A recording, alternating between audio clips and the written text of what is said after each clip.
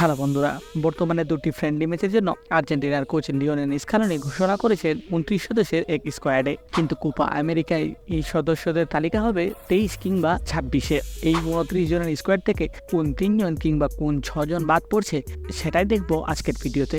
প্রথমে striker position থেকে angle Correa এবং আলেজান্দ্রো গার্নাচোর দুজন থেকে যে কোনো একজন যাবে কোপা আমেরিকায়।